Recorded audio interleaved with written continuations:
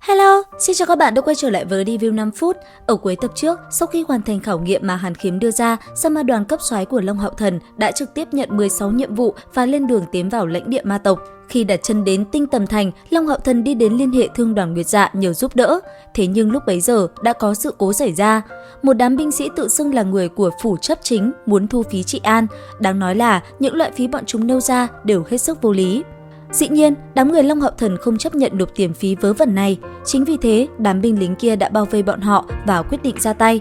Cũng vào khoảnh khắc ấy, đáy mắt Long Hạo Thần lóe tia sáng lạnh, sắc khí mãnh liệt bùng phát ra, hắn gằn giọng nói: "Ngươi dám!"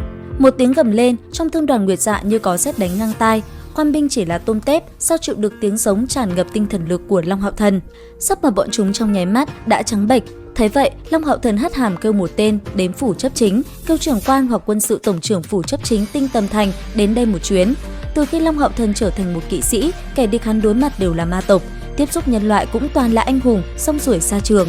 Bọn hắn làm tất cả vì cái gì? Chính là vì để dân chúng an cư lạc nghiệp. Nhưng các tướng sĩ trên chiến trường đổ máu với ma tộc, sau lưng lại xuất hiện sâu mọt như vậy. Long Hạo Thần nội tâm thiện lương, sao không tức giận cho được, hắn ép mình kiềm chế cảm xúc mới không trực tiếp hạ sát đám binh lính này. Không lâu sau, quan chấp chính và tổng trưởng quân sự Tinh Tầm Thành đã đến. Long Hạo Thần tiến lên một bước bình thản nói: "Chào hai vị, mới rồi nơi này xảy ra chuyện gì, chắc các vị đã biết. Ta hy vọng các người có thể xử lý chuyện này thích đáng, sau này cũng đừng để xảy ra chuyện như vậy nữa. Nếu không, ta nhất định sẽ khiếu nại với liên minh, thỉnh cầu thu lại chức vụ của các người." Nghe vậy, ở phía đối diện thanh âm vang lên đáp: "Hôm nay đích thực là người của ta sai, sau khi trở về, đương nhiên chúng ta sẽ xử lý. Nhưng người đã là đoàn trưởng Liệp Ma đoàn, vậy chỉ cần làm tốt nhiệm vụ của các ngươi là được. Tinh Tầm Thành chúng ta chấp pháp thế nào, còn không cần ngươi đến hoa tay múa chân. Ta thân làm trưởng quan quân sự tối cao Tinh Tầm Thành, không phải người nói một câu là sẽ bị miễn chức." Vốn trong lòng Long Hạo Thần đã nóng lắm rồi, nghe gã nói vậy, sắc mặt lập tức khó coi, lạnh lùng gằn lên: "Thượng bất chính, hạ tắc loạn, Liệp Ma đoàn có chức quyền giám sát, chắc hẳn ngươi biết. Nếu ngươi không cho rằng thuộc hạ binh sĩ không làm sai, chuyện này ta sẽ báo cáo lên trên." Nói rồi, hắn cùng đám bạn trực tiếp xoay người đi đến tổng điện chiến sĩ thánh điện. Khi Long Hạo Thần tiến vào, đập vào mắt hắn là pho tượng uy nghiêm của Dạ Vô Thương. Bộ dạng của y không nổi bật như danh tiếng, nhìn qua chỉ là một người bình thường mà thôi. Long Hạo Thần liếc mắt chỉ khẽ lắc đầu cảm khái nói: "Pho tượng này thật đáng tiếc, không điêu khắc ra kiếm ý của Dạ Vô Thương tiền bối, khiến bức tượng chỉ là vật tĩnh mà thôi. Long đoàn trưởng, xin đừng bình phẩm pho tượng anh hùng của chiến sĩ thánh điện chúng ta, nếu không, cho dù người là liệt ma giả, để bảo vệ tôn nghiêm chiến sĩ thánh điện, chúng ta cũng không bỏ qua." Long Hạo Thần ngẩn ra, mới phát hiện lời mình nói là chút đột ngột, vội đáp: "Xin lỗi, là ta lỗ mãng, chỉ là tiền bối Dạ Vô Thương là ngàn năm nhất kiếm, không thông qua bức tượng hiện ra kiếm ý thì thật sự quá đáng tiếc. Nếu có thể làm được, nói không chừng thật có người từ trong đó lĩnh ngộ được thứ gì."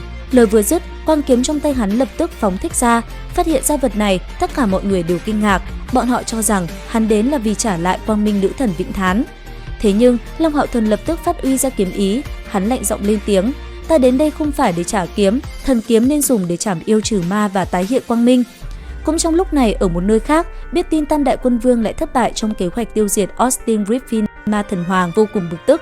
Nhưng hơn hết là phát hiện Long Hạo Thần có liên quan đến chuyện này, khiến y càng khó mà có thể kiềm chế được cơn giận trong lòng. Đúng lúc ấy, A Bảo đến, nhìn hắn, Phong Tú lạnh giọng nói: "Vết thương của ngươi đã lành rồi, sao không rời khỏi đây? Ngươi liều mạng muốn có hôn sự sao không làm đi? Con không còn mặt mũi nào đi tìm Nguyệt Dạ." Nghe vậy, Phong Tú thản nhiên nói: "Chỉ gặp trắc trở một chút mà ngươi đã không chịu được rồi, tâm thần không định thì sao thành nghiệp lớn, nói theo cách nhân loại thì là không thể quá co đầu rụt cổ. Lần này ngươi thua cũng không oan. Phụ thân, con không cam lòng thua một nhân loại yếu ớt." Ma thần hoàng cắt lời hắn: "Nếu ngươi giữ tâm trí như vậy thì lần tới ngươi gặp phải hắn, nhất định sẽ thua trong tay hắn, thậm chí thua càng thảm." Đến đây thì cũng hết tập 103 Thần ấn Vương tọa. Xin chào và hẹn gặp lại các bạn ở những video tiếp theo.